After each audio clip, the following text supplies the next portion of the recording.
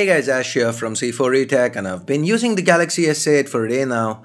Well, I'm loving it for the most part. There are a few things that do annoy me too, and I thought it'd be fun to shoot a video detailing things I love and hate about the Galaxy S8. So here we go, 5 things to love and hate about Samsung's newest flagship. So let's start with 5 things I love. Number 1. I love how snappy the S8 is for the most part. Right from when I was setting this phone up, I've been noticing that it's extremely snappy. It should be, given that it's Samsung's flagship, but that's not always been the case, and I'm really happy Samsung's got it right here. Number 2. The camera. While some might be disappointed with how similar this camera is to the one from the last generation, but Samsung's put in the work. Like, this image was captured when it was mildly windy. The flower was really moving around. I didn't expect it to turn out to be a usable image, but was pleasantly surprised. Of course, it's gonna take more testing, but as of now, I'm really happy. Number 3. The on-screen keys. Whenever I switch to a Samsung phone to review, it takes a few days to get used to Samsung's recent apps and back key placements, which happen to be a mirror of the stock Android placement. Now, while the S8 comes with the same placement as other Samsung phones, Samsung have provided an option to switch over to the stock Android order of keys. It could have been easy for Samsung to not provide the option and just say that's how we do it, but I'm really happy they didn't go that route. Number 4. The curved back.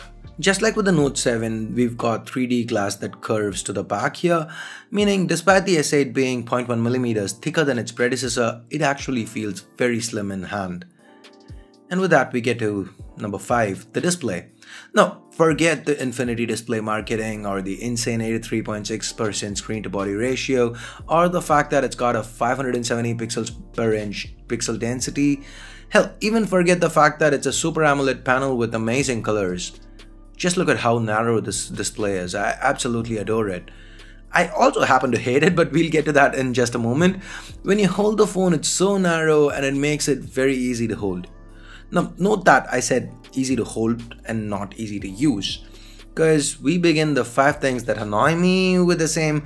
The display, I also happen to find it too long. Yeah, we're all used to large displays, I agree. In fact, I wouldn't mind it as much on the Galaxy S8 Plus, given that people are buying that for a larger display.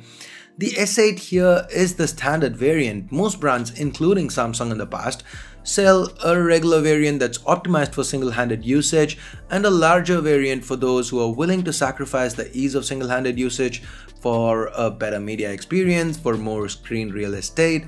But this is the S8, the regular variant, so to sacrifice single-handed usage here is kinda disappointing. Number 2, the back. This is not exclusive to the S8, but the glass back is very slippery, picks up a ton of fingerprints and smudges.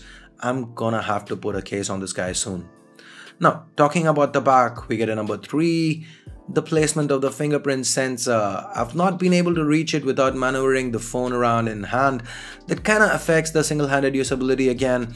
Additionally, sometimes I even ended up hitting the Bixby Key while trying to scan my right fingerprint, my right index finger. I know I'd probably get used to it with time, but for now, I've been finding it easier and quicker to just use the pattern or the iris scanner than scan my fingerprint. Now, talking about the Bixby Key, we get to number 4.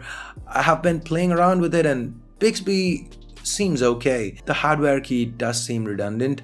I really wish Samsung gave us an option to modify it and change it, but for what it's worth, you can swap it with a third-party app, so this one's kind of forgivable. Anyway, the last thing on today's list again has to do with Bixby. Just like with Flipboard in the past, the leftmost panel of the home screen's been allocated to Bixby.